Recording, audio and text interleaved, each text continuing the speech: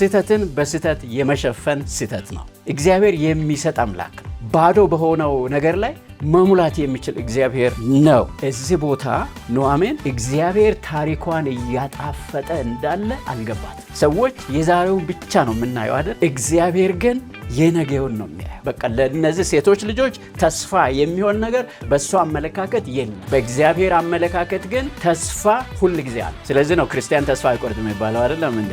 እኛ ራሳችን በወሰንነው ውሳኔ በሄድንበት መንገድ እግዚአብሔርን እንወቅሰዋለን። እሷን ግን ከሩት የሚለየው ነገር ምንድነው? ሩት ግን እነዚህ ምክንያቶች ሁሉ ከእቅዷ ወደኋላ ሊያደርጓት አልቻሉም። አንዳንዴ እውነት ሲገለጥልን በእውነተኛ መንገድ መሆናችን ሲታወቀን እምቢ ብለን መሄድ ነው የሚያስፈልገው። የተለያዩ ድምፆች ሊመጡ ይችላሉ። አንድ ጊዜ ብቻ አይደለም። እነዚህ ሴቶች በተደጋጋሚ ነው የሰሙት። አንዷ እውነትም አልችልም አለች፣ ሌላዋ እችላለሁ አለች።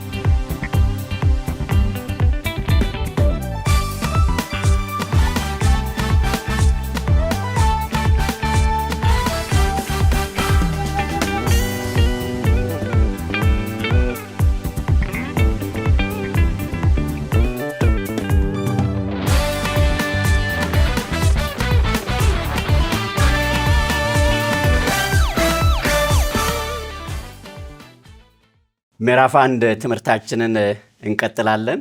በምዕራፍ 1 የአቢሜሌክ የኑኃሚን ቤተሰብ የፈጸሟቸውን 3 ዋና ዋና ስህተቶች እየተመለከትን ነው። ባለፈው የተመለከትነው የእምነት ማጣት ወይም በእምነት መድከም፣ እግዚአብሔርን በመጠራጠር እግዚአብሔር እኛን ማኖር ይችላል፣ እኛን መመገብ ይችላል ብለው ማመን ስላቃታቸው ከዳቦ ቤት ወይም ከእንጀራ ቤት ከቤተልሔም ወጥተው ወደ ሞዓብ እንደሄዱ ጊዜያዊ መከራንና ረሃብን ሸሽተው ወደ ሞዓብ እንደሄዱ እግዚአብሔርን ሳይጠይቁ የእግዚአብሔርን ፈቃድ ሳይለዩ ወደዛ በመሄዳቸው ክሳራ ውስጥ የቤተሰብ ክሳራ ውስጥ እንደገቡ ተመልክተናል። በዛ ውስጥ ያው እግዚአብሔር የራሱ ሐሳብ አለው፣ ዘላለማዊ ሐሳብ፣ የሚፈጽመው ሐሳብ አለው። እሱን ወደ ኋላ እንመለከታለን።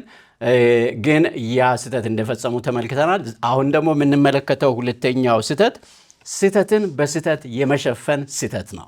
ሁለተኛው የምንመለከተው ስህተትን በስህተት የመሸፈን ኃጢአትን በኃጢአት የመክደን ስህተት።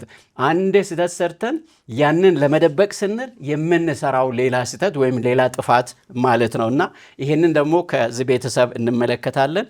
ከቁጥር 6 እስከ 18 ያለውን አነባለሁኝ። እስቲ አብረን እናንብብ። ቁጥር 6 እርሷም ማለትም ኑኃሚን በሞዓብ ምድር ሳለች እግዚአብሔር ሕዝቡን እንደጎበኘ እንጀራም እንደሰጣቸው ስለሰማች ከሞዓብ ምድር ልትመለስ ከሁለቱ ምራቶቿ ጋር ተነሳች ይላል። እርሷም ከሁለቱ ምራቶቿ ጋር ከተቀመጠችበት ስፍራ ወጣች፣ ወደ ይሁዳ ምድር ሊመለሱ በመንገድ ሄዱ። ኑኃሚንም ምራቶቿን ሂዱ፣ ወደ እናቶቻችሁን ቤት ተመለሱ፣ በእኔና በሞቱት እንዳደረጋችሁ እግዚአብሔር ቸርነት ያደርግላችሁ። ቁጥር 9 እግዚአብሔር በየባላችሁ ቤት ረፍት ይስጣችሁ አለቻቸው። ሳመቻቸውም፣ ድምፃቸውን ከፍ አድርገው አለቀሱ። እነርሱም ከአንቺ ጋር ወደ ሕዝብሽ እንመለሳለን አሏት። ኑኃሚንም አለች፣ ልጆቼ ሆይ ተመለሱ። ለምን ከኔ ጋር ትሄዳላችሁ? ባሎቻችሁ የሚሆኑ ልጆች በሆዴ አሉኝን? ልጆቼ ሆይ ተመለሱ። እንደገና ማለት ነው። ባል ለማግባት አርጅቻለሁና ሂዱ። ተስፋ አለኝ ብል ዛሬ ሌሊትስ እንኳ ባል ባገባ ወንዶች ልጆችም ቢወልድ እነርሱ እስኪያድጉ ድረስ ትቆያላችሁን? ስለ እነርሱስ ባል ማግባት ትተዋላችሁን? ልጆቼ ሆይ እንዲህ አይደለም፣ የእግዚአብሔር እጅ በእኔ ወጥቷልና ከእናንተ የተነሳ እጅግ ተመርሬአለሁ። ድምፃቸውንም ከፍ አድርገው እንደገና አለቀሱ። ኦርፋም አማቷን ሳመች፣ ሩት ግን ተጠጋቻት። ኑኃሚንም እነሆ ባልንጀራሽ ወደ ሕዝቧና ወደ አማልክቷ ተመልሳለች፣ አንቺም ደግሞ ከባልንጀራሽ ጋር ተመለሽ አለቻት። እዚህ ላይ እናቆማለን ለጊዜው። ቁጥር 15 ላይ በጣም የሚገርም ነገር ነው የምታገኙት በእነዚህ ቁጥሮች ውስጥ። እግዚአብሔር ሕዝቡን እንደጎበኘ ሰማች ይላል። አያችሁ፣ እግዚአብሔር የሚጎበኝ አምላክ ነው። የሚጎበኝ አምላክ ነው። ማንን? ህዝቡን። የራሱን ህዝብ ያስባል እግዚአብሔር፣ ይጎበኛል። እና ለጊዜው ነበረ ከቤተልሔም ዳቦ ጠፍቶ የነበረው። እግዚአብሔር ግን አሁን ጎብኝተዋል ቤተልሔምን፣ ዳቦ ተገኝቷል የሚል ሪፖርት ዜና ሰማች። እንጀራም እንደሰጣቸው ሰማች ይላል። ማን ነው የሰጠው? እግዚአብሔር። እግዚአብሔር የሚሰጥ አምላክ ነው። ባዶ በሆነው ነገር ላይ መሙላት የሚችል እግዚአብሔር ነው። መልካም በረከትና ፍጹም ስጦታ ከእግዚአብሔር ዘንድ ነው ይላል ያዕቆብ ሲጽፍ በመልእክቱ። ወደ ቤተልሔም ልትመለስ ከሁለት ምራቶቿ ጋር ወጣች። ምን አለች? በቃ እግዚአብሔር ቤተልሔምን ከጎበኘ ድሮ በነበረኝ ስፍራ በኖርኩበት ስፍራ ዳቦ ካለ ሞዓብ ሀገር ምን ይጠቅመኛል አለች። ለምን እቆያለሁ? በቃ ልውጣና ወደ ሀገሬ ወደ ቤተሰቤ ልመለስ ብላ ወሰነች። ከዛም አብረው መሄድ ጀመሩ ይላል። ሶስቱም ማለት ነው ጉዞ ጀመሩ። መንገድ ላይ ያሉ ግን አሰበች ይመስለኛል። ኑኃሚን በደንብ አሰበች። ምንድን ነው ወደፊት የነዚህ ልጆች እጣ ምንድን ነው ሊሆን የሚችለው ብላ አሰበች። ለእነሱ ማሰብ ጀመረችና እንዲመለሱ ተናገረች። ምንድን ነው ያለችው? ወደ እናቶቻችሁ ቤት ተመለሱ። እኔ ጋር ባልቴት ሆናችሁ ከምትኖሩ በእናቶቻችሁ ቤት ብትኖሩ ይሻላችኋል ብላ ወደ እናቶቻችሁ ቤት ተመለሱ ብላ ባረከቻቸው እንዲመለሱ። ለእኔ ቤት ቸርነት እንዳደረጋችሁ እግዚአብሔር ቸርነት ያደርግላችሁ ብላ ባርካ እንዲመለሱ ስታሰናብት እንመለከታለን። በየባላችሁ ቤት እረፍት ይስጣችሁ፣ ስለዚህ ወደ እናቶቻችሁ ቤት ተመለሱ፣ እግዚአብሔር ባል ይሰጣችኋል ነው የምትለው። እና ባል ይሰጣችኋል፣ እዛም ሞዓብ ባል አግብታችሁ ትኖራላችሁ፣ እግዚአብሔር ይባርካችሁ ብላ ታሰናብታቸዋለች። ሳመቻቸው ይላል። በቃ ተሰናበቱ ማለት ነው። ግን እነርሱ ሴቶቹ ምን አሉ? አንመለስም አሉ። አንመለስም፣ ከአንቺ ጋር እንሄዳለን አሏት። ወደ ሕዝብሽ ከአንቺ ጋር ወደ ሕዝብሽ እንመለሳለን አሏት። ቁጥር 10 ላይ እርሷ ግን ነው አለች። እምቢ፣ ከኔ ጋር አትሄዱም፣ ተመለሱ። አጥብቃ ነው እኮ የምትናገረው፣ አጥብቃ ነው። ተመለሱ፣ ከኔ ጋር አትሄዱም ብላ ትላለች። ብዙ ምክንያቶችን ነው በዚህ ቦታ የምትደረድረው ኑኃሚን። ምክንያቶቿ አንደኛ፣ ለምን ከኔ ጋር ትሄዳላችሁ? ከመረራት ሴት ጋር ለምን ትሄዳላችሁ? እዚህ ቦታ ኑኃሚን እግዚአብሔር ታሪኳን እያጣፈጠ እንዳለ አልገባትም።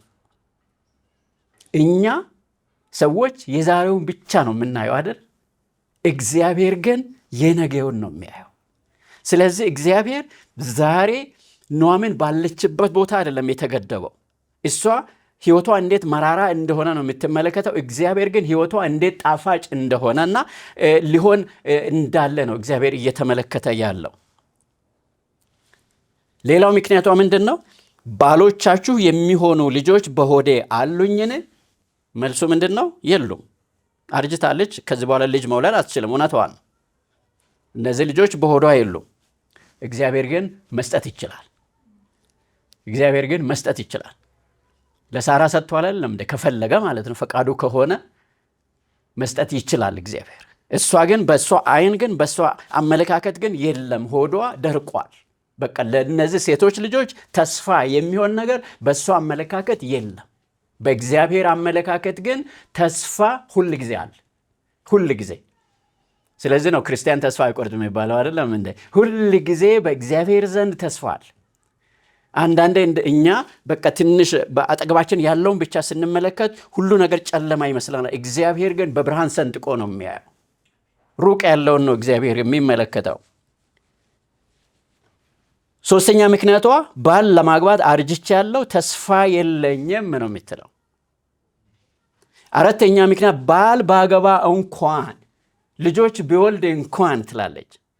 ልጆች ቢወልድ እንኳን አሁን እንኳን ዛሬ ቢወልድ ቢያንስ 20 ምናምን ዓመት ማደግ ይጠበቅባቸዋል እናንተን ለማግባትና የማይሆን ነገር ነው የምትለው። የማይሆን ነገር ነው። እኔ ጋር ተስፋ የላችሁም፣ ወደ ቤታችሁ ተመለሱ፣ ወደ ሀገራችሁ ተመለሱ፣ ወደ እናቶቻችሁ ተመለሱ፣ እዛ ባል ብታገቡ ይሻላችኋል። የእግዚአብሔር እጅ በእኔ ላይ ወጥቷልና ትላለች። ለዚህ ሁሉ ያደረሰኝ ማን ነው የምትለው? እግዚአብሔር ነው። እንደዚህ መከራ ውስጥ የከተተኝ እግዚአብሔር ነው የምትለው እኮ። መራራ ያደረገኝ ስሜን የቀየረው በቃ ድሮ ጣፋጭ ነበርኩ፣ አሁን መራራ የሆንኩበት ምክንያት እግዚአብሔር በእኔ ላይ እጁ ስላከበደ ነው የምትለው። አያችሁ፣ በእኛ ጥፋት እግዚአብሔርን ብሌም ስናደርግ እንደሱ እኮ ነው። እኛ ራሳችን በወሰንነው ውሳኔ በሄድንበት መንገድ እግዚአብሔርን እንወቅሰዋለን። እግዚአብሔር ግን የሚወቀስ አምላክ አይደለም። ሁል ጊዜ እሱ እውነተኛ ነው። ሁል ጊዜ እውነተኛ ነው እግዚአብሔር። የእግዚአብሔር እጅ በእኔ ላይ ወጥቷልና ከእናንተ የተነሳ እጅግ ተመርሬአለሁ ነው የምትለው እና እነዚህን ምክንያቶች ደርድራ ታስጨንቃቸዋለች። ተመለሱ እያለች በተደጋጋሚ ትናገራለች። ሴቶቹስ ምን አሉ? የእነሱ ምላሽ ምን ነበረ? አለቀሱ። ኦርፋ አማቷን ኑኃሚንን ሳመች፣ ተመለሰች።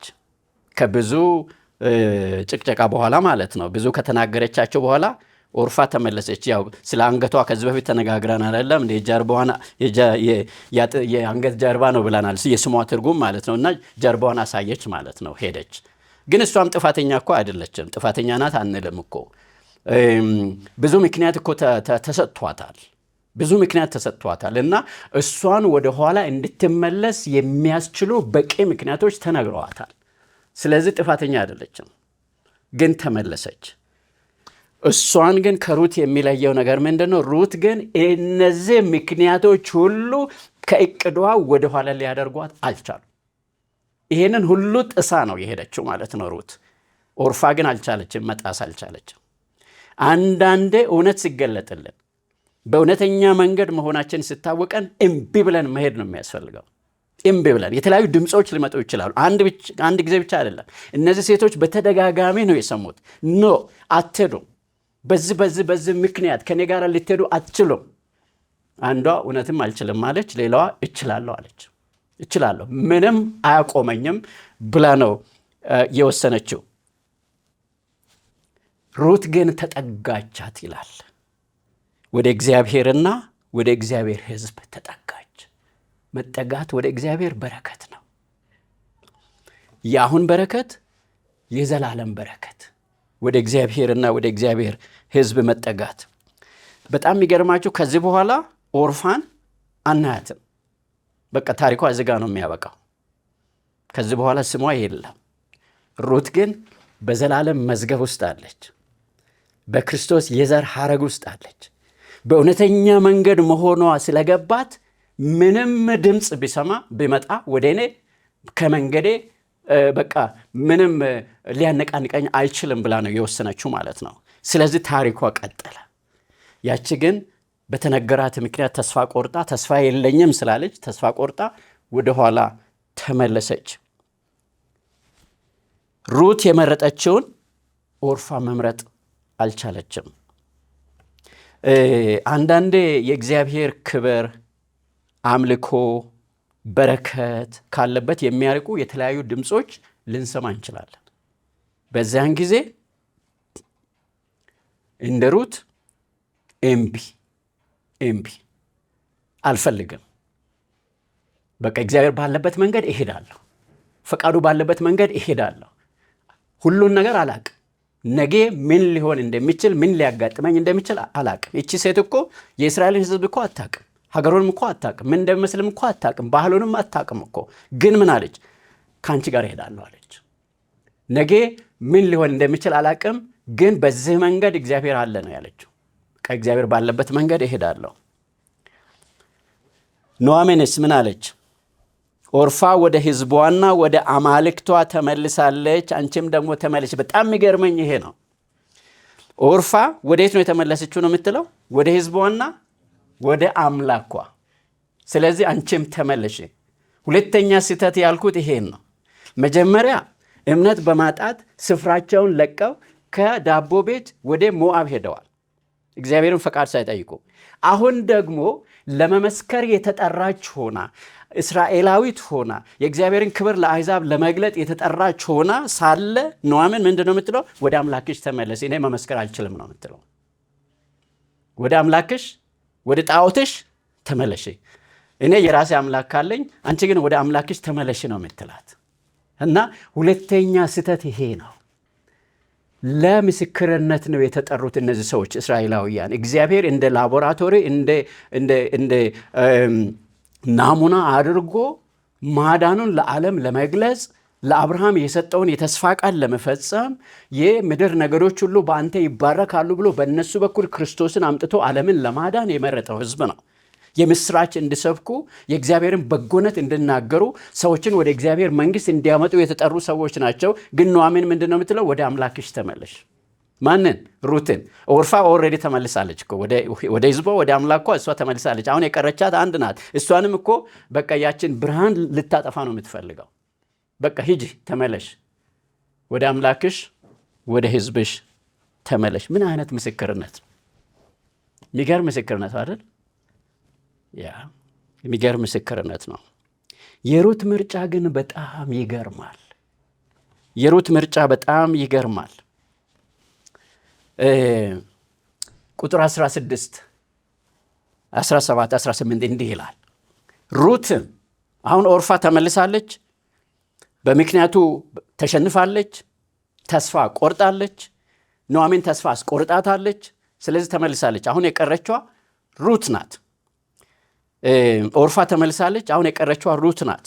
ሩት እንዲህ አለች፣ ወደምትሄጅበት እሄዳለሁና በምታድርበትም አድራለሁና እንድተውሽ ከአንቺም ዘንድ እንድመለስ አታስቸግረኝ። አስቸግራለች ማለት እኮ ነው። በቃ አስቸግራለች። ተመለሱ እያለች አታስቸግረኝ። ሕዝብሽ ሕዝቤ አምላክሽም አምላኬ ይሆናል። የራሴን አምላክ አልፈልግም፣ ያንቺን አምላክ ነው የሚፈልገው ነው የምትለው። በምትሞችበት ስፍራ እሞታለሁ፣ በዛም እቀበራለሁ። ከሞት በቀር አንቺንና እኔን አንዳች ቢለየን እግዚአብሔር ይህን ያድርግብኝ እንዲህም ይጨምርብኝ አለች። ከዛ በኋላስ ኑኃሚንም ከእርሷ ጋር ለመሄድ እንደቆረጠች ባየች ጊዜ እርሷን ከመናገር ዝም አለች ይላል። እንደዚህ አፍን የማስያዝ ጸጋ እግዚአብሔር ይስጠን። የጠላትን አፍ ማለት ነው። ከእግዚአብሔር መንገድ ሊያስወጣን ሊያርቀን የሚመጣውን ድምፅ አፍ የማዘጋት ጸጋ እግዚአብሔር ይስጠን። በቃ ኑኃሚንን እኮ አፏን አዘጋች፣ ዝም አለች ነው። ክብር ለእግዚአብሔር ይሁን። ዝም አለች። ከዚህ በኋላ አስቸግራት ነበረ፣ ጨቅጭቃት ነበረ እና አዘጋች። 8 ነገሮች አሉ፣ ውሳኔዎች። እዚህ ቦታ ሩት የወሰነቻቸው 8 ውሳኔዎች አሉ። አንደኛ ወደምትሄጅበት እሄዳለሁ። በእንግሊዝኛ አንድ መዝሙር አለ፣ I have decided to follow Jesus የሚል I have decided to follow Jesus። ክርስቶስን ለመከተል ወስኛለሁ። የጌታን መንገድ እከተላለሁ። መስቀል ከፊቴ ዓለም ከኋላ እያየው የጌታን መንገድ እከተላለሁ። እንደሱ ነው የምትለው እቺ ሴት ማለት ነው ሩት። ወደምትሄጅበት እሄዳለሁ፣ ባላቅም አንቺ ወደምትሄጅበት እሄዳለሁ፣ በምታድርበትም አድራለሁ። በምታድርበትም አድራለሁ። አንቺን ጥዬ መመለስ አልፈልግም። 3ኛ ውሳኔዋ። 4ኛ ሕዝብሽ ሕዝቤ ይሆናል። አሁን ወደ ሕዝብሽ ተመለሽ ነው አይደል ያለቻት። ወደ ሕዝቤ አልመለስም፣ ያንቺ ሕዝብ የኔ ሕዝብ ይሆናል። 5ኛ አምላክሽም አምላኬ ይሆናል። ወደ አምላኬ ወደ ሕዝቤ እንድመለስ አታስቸግረኝ። በምትሞችበት እሞታለሁ፣ በምትሞችበት እሞታለሁ። ይህም ብቻ አይደለም፣ ሞቼ እንኳን ሬሳዬም ወደ ሞዓብ ምድር እንዲሄድ አልፈልግም። አንቺ በምትቀበርበት እቀበራለሁ። የተለያየ ነው። በምትሞችበት እሞታለሁና በምትቀበርበት እቀበራለሁ። የተለያየ ነው። ብዙ ሰዎች ውጭ ሀገር ኢትዮጵያውያን ሲሞቱ አስከሬናቸው እዚህ ይመጣል። እዛ በሚኖሩበት ሀገር መቀበር አይፈልጉም። እትብቴ በተጣለበት ይቀበራለሁ ይላሉ። ስለዚህም ብዙ ገንዘብ ተከፍሎ አስከሬን ይመጣል ወደዚህ። ሩት እንደሱ ነው የምትለው። አስከሬኔ ወደ ሞዓብ አይሄድም ነው የምትለው። በእስራኤል ምድር እግዚአብሔር ባለበት፣ የእግዚአብሔር ሕዝብ ባለበት፣ አንቺ ባለሽበት ነው የሚቀበረው ነው የምትለው። በቃ ቃል ኪዳን እኮ ነው የምትገባው እቺ ሴት። በምትሞችበት እሞታለሁ፣ በምትቀበርበት እቀበራለሁ። ከአንቺ ሊለየኝ የሚችል ሞት ብቻ ነው። አይገርምም? እግዚአብሔርን የማታቅ አሕዛባዊት ሴት ወደ ሕዝብሽ ወደ አምላክሽ ተመለሽ ተብላ ስትጨቀጨቅ፣ እሷ ግን ከአንቺ ሊለየኝ የሚችል ሞት ብቻ ነው። ለምን? የእግዚአብሔር መንፈስ ኦልሬዲ በዚች ሴት እየሰራ ነው። እግዚአብሔር ዓላማውን በውስጧ በቃ ተክሏል። በቃ የማይነቀል ዘር በውስጧ ተቀምጧል ማለት እኮ ነው። ኦልሬዲ በእግዚአብሔር ዘንድ የተወሰነ ነገር አለ። ይቺ ሴት ሄዳ በክርስቶስ የዘር ሐረግ ውስጥ እንድትገባ ከሞዓብ ምድር መጣ። እግዚአብሔር ኦልሬዲ ስለወሰነ ዘሩ በአስደናቂ ሁኔታ በውስጧ ተከቷል። ይህን ነው በኮንቪክሽን በፍጹም መሰጠት የምትናገረው። የምትቀበሪበት እቀበራለሁ፣ የምትሞችበት እሞታለሁ፣ ከአንቺ የሚለየኝ ሞት ብቻ ነው፣ ማንም ምንም ምክንያት አይለየኝም ብላ ትናገራለች። የሚገርም ነው። ሞትም ግን ሊለያት አልቻለም። አይደለም እንደ ሞትም ሊለያት አልቻለም። ሞት ብቻ ነው ሊለየኝ የሚችለው አለች አይደል? ዘላለማዊውን ስላላወቀች ነው። ገና ከአሕዛብ ገና እየመጣች ስለነበረ ዘላለማዊውን ስላላወቀች ሞት ብቻ ነው ከአንቺ የሚለየኝ አለች። ግን ሞትም ሊለያት አልቻለም። በዘላለማዊ ቤት ውስጥ ገባች። በቃ በዘላለማዊ ቤት ከኑኃሚን ጋራ፣ ከእኛ ጋራ፣ ከክርስቶስ ጋራ፣ ከዳዊት ጋራ ለዘላለም ወደምትኖርበት ቤት ነው የገባችው። ሞት ፈጽሞ በቃ ሊለያት አልቻለም። በቃ የገባችው ቃል ኪዳን ተፈጸመ በሕይወቷ። ከዚህ ውስጥ ስለ ሶሻል ላይፍም እንመለከታለን። ስለ ግንኙነት፣ ከሰዎች ጋር ሊኖረን ግንኙነት። ጓደኛ ያላችሁ ሰዎች ለጓደኞቻችሁ እንዲህ ብላችሁ መናገር ትችላላችሁ። የምትወዱት ሰው፣ ጓደኛ የምትሉት ሰው ከአንተ ሞት ብቻ ነው ሊለየኝ የሚችለው የሚል ይሄ እኮ የፍጹም የመሰጠት ሕይወት ነው። ፍጹም የመሰጠት ሕይወት ነው። ራስን አሳልፎ የመስጠት ሕይወት ነው። የሐቀኝነት፣ የእምነት፣ በውሳኔ የመጽናት። አሁን በእነዚህ በሁለቱ ሴቶች መካከል ማን ነው ለማን ነው እየመሰከረ ያለው? እውነቴን ስለ እግዚአብሔር። ሩት ናት እኮ የምትመሰክረው። አይደለም? ተገለበጠ እኮ። እግዚአብሔርን የማታውቀዋ ትመሰክራለች። ከዚህ በፊት ስለ ዮናስ ትምህርት ተምረናል። አይደለም እንደ ለዮናስ ማን ነው ሲመሰክር የነበረው? እነዛ በመርከብ ውስጥ የነበሩ ሰዎች ተነስተ ወደ አምላክ ጩህ ይላሉ። እነሱ ወደ አምላኮቻቸው ይጮኻሉ። እሱ ተኝቷል፣ መጸለይ አልቻለም። እና እነሱ ናቸው እኮ ሲመሰክሩ የነበሩ ማለት ነው። ተነሳ፣ ይሄ ያለንበት ሁኔታ የሚያስተኛ አይደለም፣ ወደ አምላኮቻችን የምንጮህበት ሁኔታ ነውና ተነስተ ጩህ። ልክ እንደሱ ነው አሁን ሩትም እየሆነች ያለችው ማለት ነው። ምትይኝን አልሰማም፣ ወደ ሕዝብሽ እሄዳለሁ፣ ወደ አምላክሽ እሄዳለሁ፣ እቀላቀላለሁ ብላ ወሰነች። ስለዚህ የኑኃሚን ምላሽ ሩት እንደቆረጠች ባየች ጊዜ እርሷን ከመናገር ዝም አለች። ለክርስቲያን በእውነት መንገድ ለመጓዝ መቁረጥ፣ ከእግዚአብሔር ሐሳብ ተቃራኒ የሆኑ ድምፆችን እምቢ ማለት፣ የማይታየውን እያዩ በእምነት ወደፊት መጓዝ እጅግ አስፈላጊ ነገር እንደሆነ ከዚህ እንመለከታለን።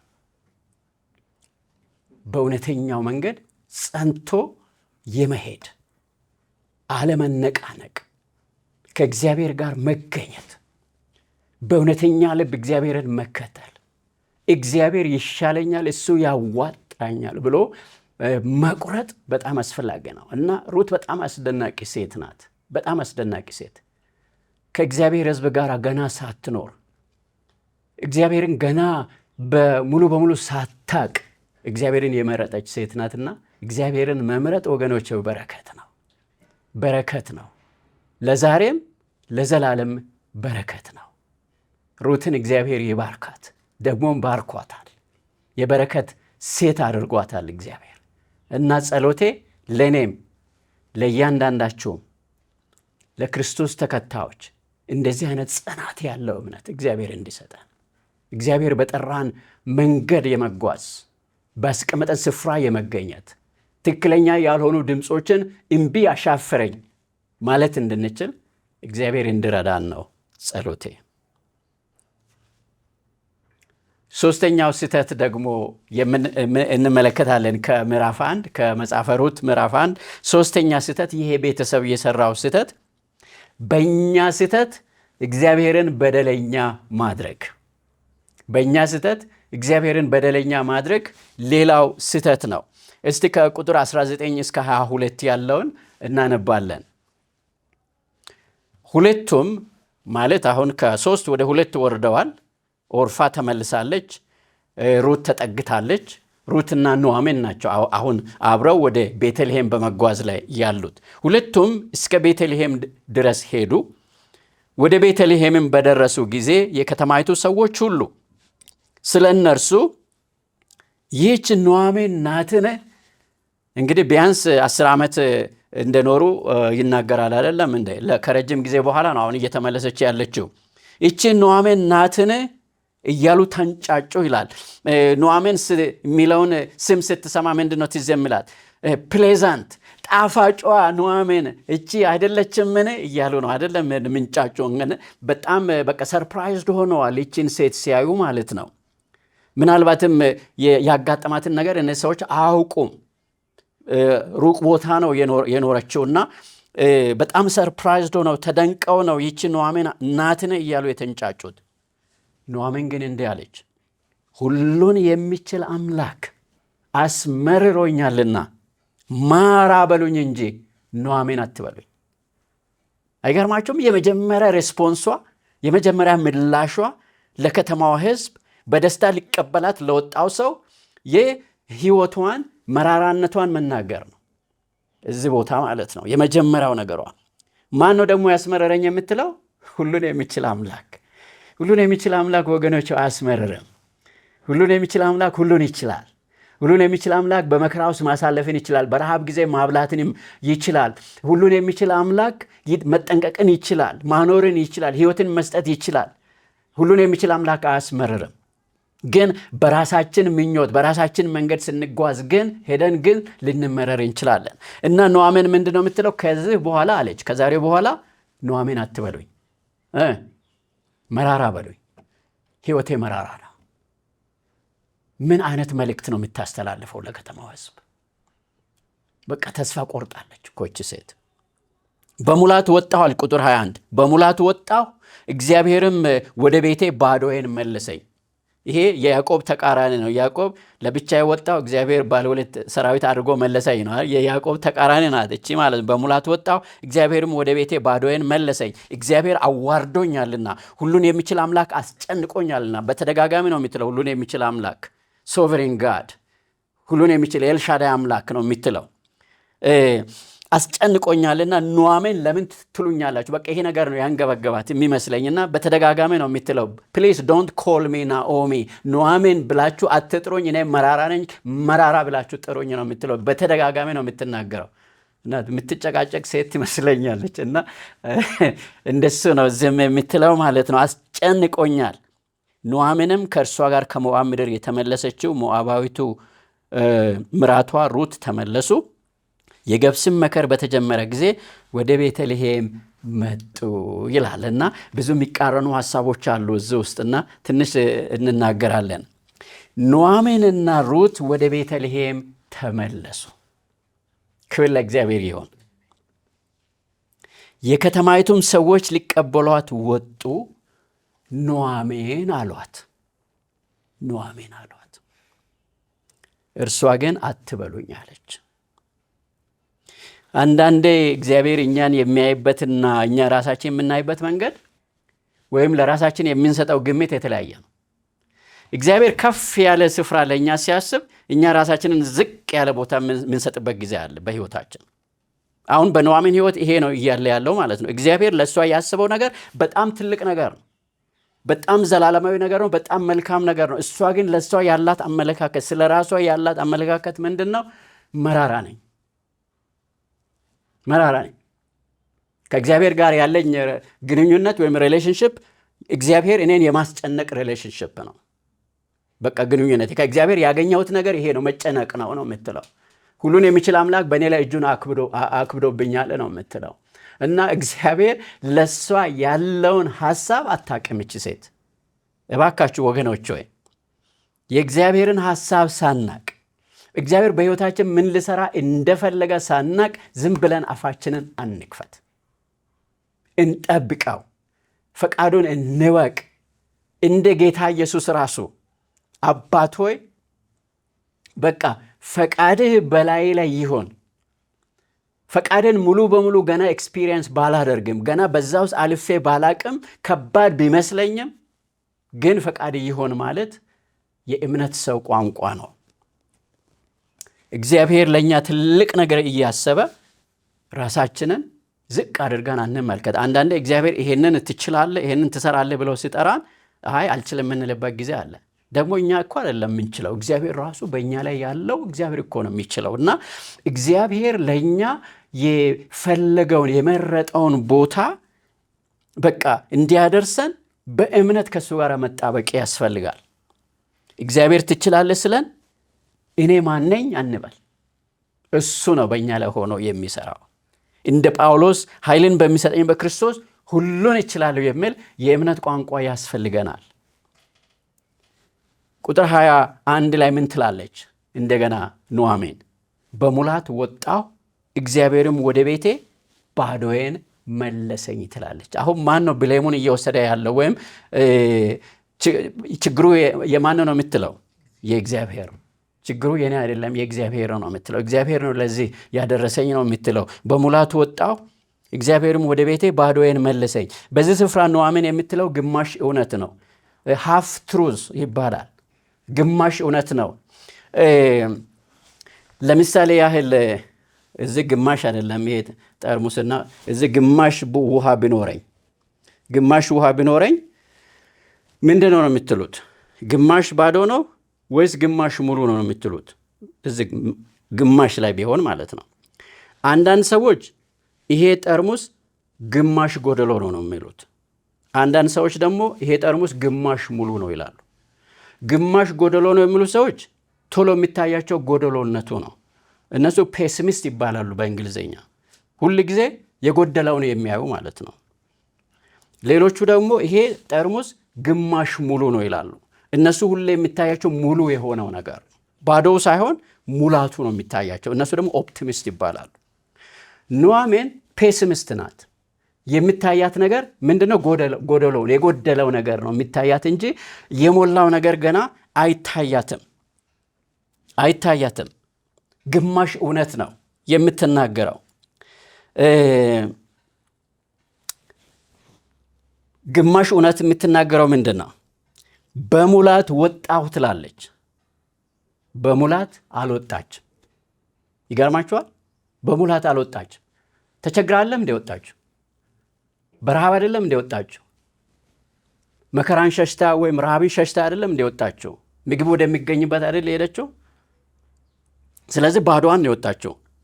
ግን ይዛ የወጣችው ነገር አለ፣ ባሏንና ሁለቱን ልጆቿን።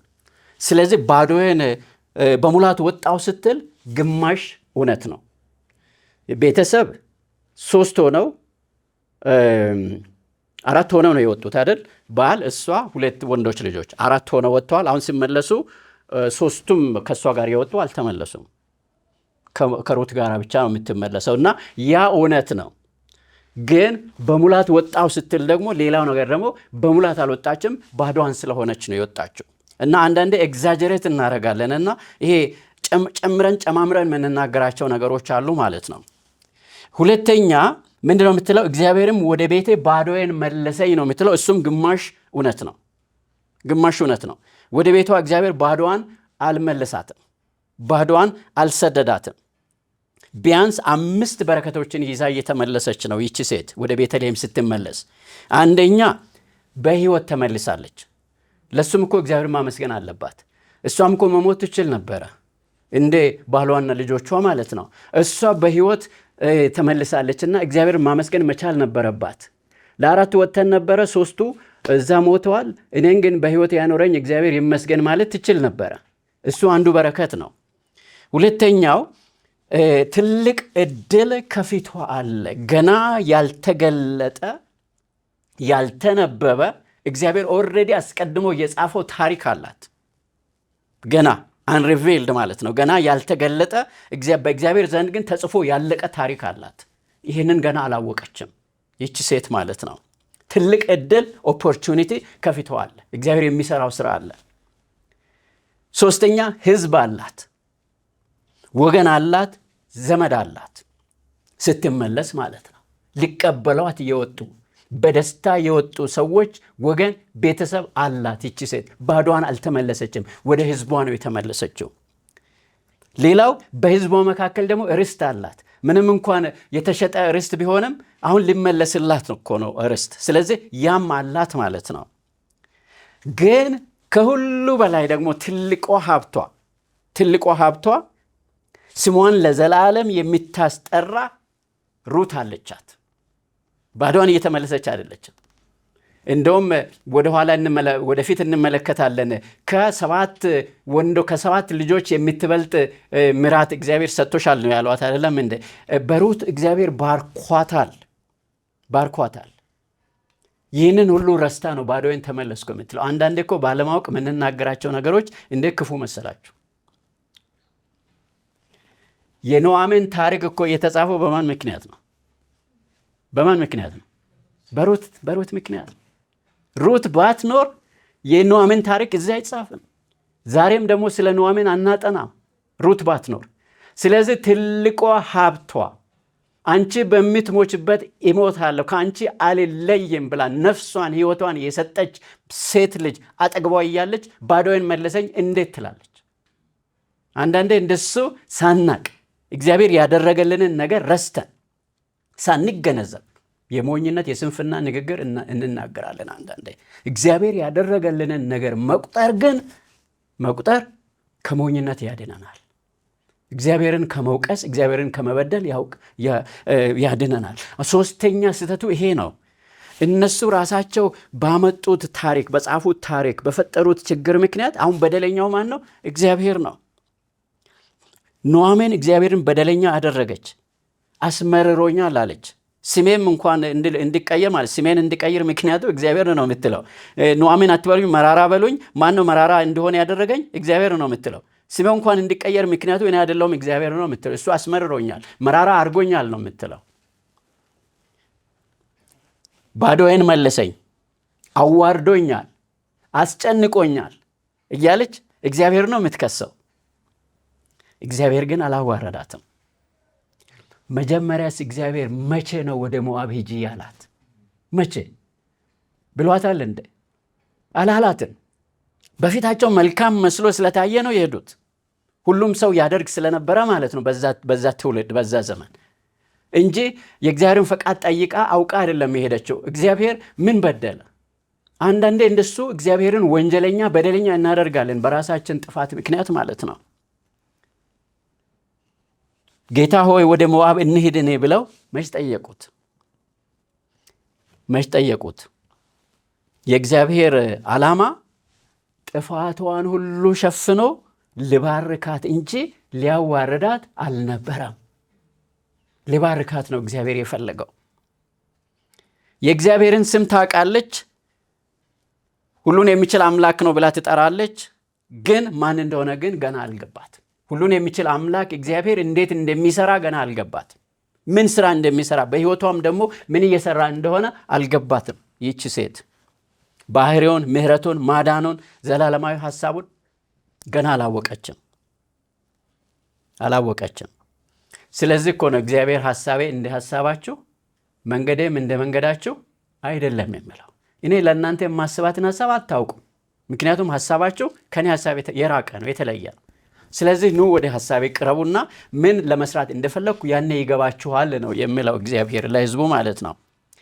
ኑኃሚንና ሩት ከሞዓብ ምድር ተመለሱ። በጣም የሚያስደስተኝ ቃል ይሄ ነው፣ ተመለሱ የሚል ይህ ቃል በጣም ነው የሚያስደስተኝ። ተመለሱ። በምን ወቅት ነበር የተመለሱት? የገብስም መከር በተጀመረ ጊዜ። ከቤተልሔም ያወጣቸው ነገር ምንድን ነው? መጀመሪያ ዳቦ ማጣት ነው። አዝመራ አልነበረም፣ ምድር ደርቃለች፣ ዝናብ የለም፣ ውሃ የለም። አሁን ግን ውሃ ተትረፍርፈዋል። ገብስ የሚታጨድበት ጊዜ ነው።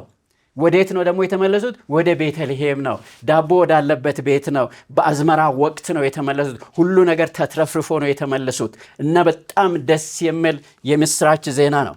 በእንጀራ ቤት እንጀራ ሞልቶ ተመለሱ። እኛ ነን እንጂ ስፍራችን የምንለቀው። እግዚአብሔር እኮ ስፍራውን አይለቅ። በቤተልሔም ሁሌ ዳቦ አለ። ለጊዜው ላይገኝ ይችላል፣ ግን የጠበቁ ሰዎች ያገኛሉ። በለስዋን የጠበቀ ፍሬዋን ይበላል። አንዳንዴ መጠበቅ ሳንችል ቀርተን እንሄድና ዋጋ ከፍለን እንመለሳለን። ስንመለስ ለካ በረከቱ አለ። በእግዚአብሔር ቤት ሁል ጊዜ ነው በረከት ያለው። ላይመስለን ይችላል። ተመለሱ የሚል ቃል በጣም ያስደስተኛል። ለምንድነው የሚያስደስተኝ? እግዚአብሔር ወዳለበት ነው የተመለሱት። የእግዚአብሔር ሕዝብ ወዳለበት፣ ቃል ኪዳን ወዳለበት ስፍራ ነው የተመለሱት። ርስት ወዳለበት ነው የተመለሱት። ዘር ወዳለበት ነው የተመለሱት። ታሪክ ወዳለበት ነው የተመለሱት። ገና ታሪክ ወደፊት ወደሚሰራበት ነው የተመለሱት። ኢየሱስ ክርስቶስ ወደሚወለድበት ቤተልሔም ከተማ ነው የተመለሱት። በኢየሱስ ክርስቶስ ደግሞ የዓለም አዝመራ የሚታጨድበት ሶርሱ ምንጩ ወደሚገኝበት ወደሚፈልቅበት ከተማ ነው የተመለሱት። በጣም ያስደስተኛል ተመለሱ የሚለው። ወገኖች ሆይ መመለስ ይሆንልን ወደ ሕይወት፣ ወደ ክብር፣ ወደ አገልግሎት፣ እግዚአብሔርን ወደ ማወቅ፣ ከእግዚአብሔር ሐሳብ ጋር ወደ መስማማት መመለስ ይሆንልን። ተነስተን እንሂድ የእግዚአብሔር ፈቃድና ሐሳብ ወዳለበት። በሉቃስ 15 ላይ እንደተጻፈው ያ አዋካኙ የጠፋው ልጅ ወደ አባቴ ቤት ልመለስ ብሎ እንደተመለሰ እንደሱ ወስነን የምንመለስበት ይሆንልን። ወገኔ ሆይ ይህን መልእክት ስትሰማ የት እንዳለ አላቅም። ከየት ደግሞ መመለስ እንዳለብህ፣ ከምን መመለስ እንዳለብህ አላቅም። እግዚአብሔር ግን እንድትመለስ ይፈልጋል። ወደ እንጀራ፣ ወደ እግዚአብሔር እንጀራ፣ የሕይወት እንጀራ እኔ ነኝ ወዳለ ወደ ኢየሱስ፣ ወደ ክብሩ፣ ወደ በረከቱ፣ ወደ ሐሴት፣ ወደ ደስታ፣ ወደ ዘላለማዊ ሕይወት፣ እግዚአብሔርን ወደ ማወቅ፣ በእግዚአብሔር ሕልውና ወደ መደሰት ተመለስ ወንድሜ፣ ተመለሽ እህቴ። የመመለስ ቀን ይሆንልን ዛሬ። ተመለሽ፣ ተመለስ። ጌታ ምን እያለ ነው? ምን እያለች ነው? ከየት እንደምትመለሽ አላቅም፣ ግን ኑኃሚን እንደተመለሰች ተመለሽ። የእግዚአብሔርን ክብር ትለማመጃለሽ። የእግዚአብሔርን በረከት ያኔ ታውቂያለሽ። እግዚአብሔር በሕይወትሽ ምን ለመስራት እንደፈለገ አታውቅም። እግዚአብሔር በፈለገሽ ቦታ ስትገኝ ነው የሚገባሽ። መንፈስ ቅዱስ ድምፁን ሲያሰማ ለመንፈስ ቅዱስ ድምፅ እሺ ማለት በረከት ነው። አንድ ጊዜ ወጣት መሪ በነበርኩበት ጊዜ ብዙም የአመራር ልምድ ባልነበረኝ ጊዜ ስፍራዬን ሊያስለቅቅ የሚችል አይነት ፈተና አጋጥሞኝ ነበር። አንድ ጓደኛዬ ሻይን ጠጣ ብሎ ቀጠረኝና እንዲህ አለኝ፣ እኔ ባለሁበት የዓለም አቀፍ ድርጅት አንተ ብቻ መስራት የምትፈልገው ስራ አለና፣ እኔ እኮ ለአገልግሎት ተጠርቼ ኦልሬዲ እኮ አገልግሎት ጀምሬያለሁና አንተ ብቻ መስራት የምትችለው ስራ አለና በጣም ትልቅ ደሞዝ ነው የሚከፈለውና እባክህና ማመልከቻ ይዘህናና እኔ ያለሁ እዛ ከኔ ጋር አብረን እንሰራለን አለኝ። ከዛ እኔ እንዲህ አልኩት፣ አይ እኔ ገንዘብ አልፈልግም፣ እግዚአብሔር ለአገልግሎት ጠርቶኝ እኮ ነው ወደ አገልግሎት የሄድኩት እና በጣም አመሰግናለሁ፣ ግን አልሄድም አልኩኝ። ዓላማዬ ደሞዝ አይደለም፣ እግዚአብሔርን ማገልገል ነው። ስለ ሐሳብህ አመሰግናለሁ፣ ግን አላደርገውም ብዬ መለስኩለት። በሚቀጥለው ቀን ቢሮዬ በጣም ተስፋ የሚያስቆርጥ ነገር አጋጠመኝ። በጣም ተስፋ የሚያስቆርጥ ነገር አጋጠመኝ እና እኔም በውስጤ እንዲህ ማሰላሰል ጀመርኩ። ለካ ትናንትና ጓደኛዬን እግዚአብሔር ነው የላከው አልኩኝ። ኦልሬዲ እግዚአብሔር ለካ የቤት ስራውን ሰርቶ ለእኔ ሁኔታዎችን አመቻችቶ ምሰራበትን ጥሩ ደሞዝ የማገኝበትን እግዚአብሔር አዘጋጅቶ ነው ለካ ጓደኛዬን የላከው። ተስፋ ቆረጥኩኝ ማለት ነው በአገልግሎት ቦታ። ስለዚህ ግን ጌታ ሆይ አልኩኝ፣ ለአጭር ጊዜ ለምንድን ነው ለአገልግሎት የጠራኸኝ አልኩኝ። ቢሮ ሆኜ ከእግዚአብሔር ጋር እየተከራከሩ ለአጭር ጊዜ እንዴት ነው የጠራኸኝ? ለምን ነው ቶሎ ያቆምከው አገልግሎቴን እያልኩኝ ከእግዚአብሔር ጋር እየተከራከርኩ እግዚአብሔርን እየጠራሁ አገልግሎቴን በቃ ጨርሻለሁ ማለት ነው። ጌታ ሆይ ለካ አስቀድመህ እሱን ያዘጋጀኸው እኔን ስለፈለክ ነው ከዚህ እንደወጣ እያልኩኝ ስነጋገር ማመልከቻዬን አዘጋጅቼ ከዚህ ከስቃይ አገልግሎት ስፍራ ልውጣ እያልኩ በውስጤ ሳስብ ከዚህ በፊት ቢሮአችን ያልመጡ 2 ፓስተሮች መጡና ቢሮዬ ገቡ። በቃ መጎብኘት እንፈልጋለን አሉ። ቢሮውን መጎብኘት እንፈልጋለን፣ እግዚአብሔር ብዙ ስራ እየሰራ እንደሆነ ሰምተናል አሉ። እኔ ግን በውስጤ ኦልሬዲ ልቤ እየወጣ ነው ከዛ አገልግሎት ቦታ ማለት ነው። እና ደስ ሳይለኝ አስጎበኘዋቸው። አጭር ጊዜ ነበረ የጉብኝታቸውም ጊዜ፣ ብዙም አልቆዩም። እንደውም ቢሮ አልጸለዩም። ከዛ በቃ ጌታ ይባርክ እግዚአብሔር ከአንተ ጋር ይሁን ብለው ተሰናብተው ወጡ። አንደኛው ፓስተር ወጥተዋል፣ ሁለተኛው በር ላይ አንድ እግሩ ወጥተዋል፣ አንድ እግሩ ገና ውስጥ ነው ያለው ቢሮ ውስጥና ቆመና እንዲህ አለኝ፣ ወንድሜ እግዚአብሔር ለአክሪጳም እንዲህ በል ብለዋል፣ ከጌታ የተቀበልከውን አገልግሎት እንድትፈጽመው ተጠንቀቅ በሉልኝ ብለዋል ብሎ ተናግሮ ወጥቶ ሄደ ማለት ነው። ከዛ እኔ ምን አደረግኩኝ? ተንበረከኩኝ። በሩን ዘግቼ ቢሮዬ ተንበረከኩ። ጌታው አልኩኝ፣ ለካ ይህን አገልግሎት ከአንተ ነው የተቀበልኩት እና ይሄ ትልቅ ማስጠንቀቂያ ነው። እንድትፈጽመው ተጠንቀቅ። ከጌታ የተቀበልከውን አገልግሎት እንድትፈጽመው ተጠንቀቅ። ጌታው በቃ ይቅር በለኝ። ቅድም ያሰብኩትን ሀሳብ በሙሉ ማመልከቻ ለመጻፍ ያሰብኩትን ሁሉ ትቻለሁ። ይቅር በለኝ፣ ግን አቅም ስጠኝ፣ ጸጋ ስጠኝ፣ ይህን መከራ ይህን ፈተና የሚችልበትን አቅም ስጠኝ ብዬ ተንበርክኬ ጸለይኩኝ። ከዛ ለሸዋ ነገርኳትና ይህን ጥቅስ በትልቁ ጽፈሽ አምጪና ቢሮ ይሰቀል አልኳት እና ከዛ በኋላ እሷ ወስዳ ጥቅሱን በትልቅ ጽፋ በፕሪንት አስደርጋ አመጣች ቢሮዬ። ከዚህ ከኢትዮጵያ እስከምንሄድ ድረስ ቢሮዬ ተሰቅሎ ነበረ። በየቀኑ ይህን አገልግሎት ከጌታ ነው የተቀበልኩት፣ እንድፈጽመው እግዚአብሔር ይፈልጋል እያልኩኝ እንደሱ ነው ያሳለፍኩት። እና እግዚአብሔር ያን ቀን ብዙ መንገድ ሳልሄድ ማለት ነው ርቄ ሳልሄድ መለሰኝ። እግዚአብሔር በቃ ወደ ሐሳቡ፣ ወደ ዓላማው፣ ወደ ጥሪው፣ ወደ አገልግሎቱ መለሰኝ እና ጌታን አመሰግናለሁ።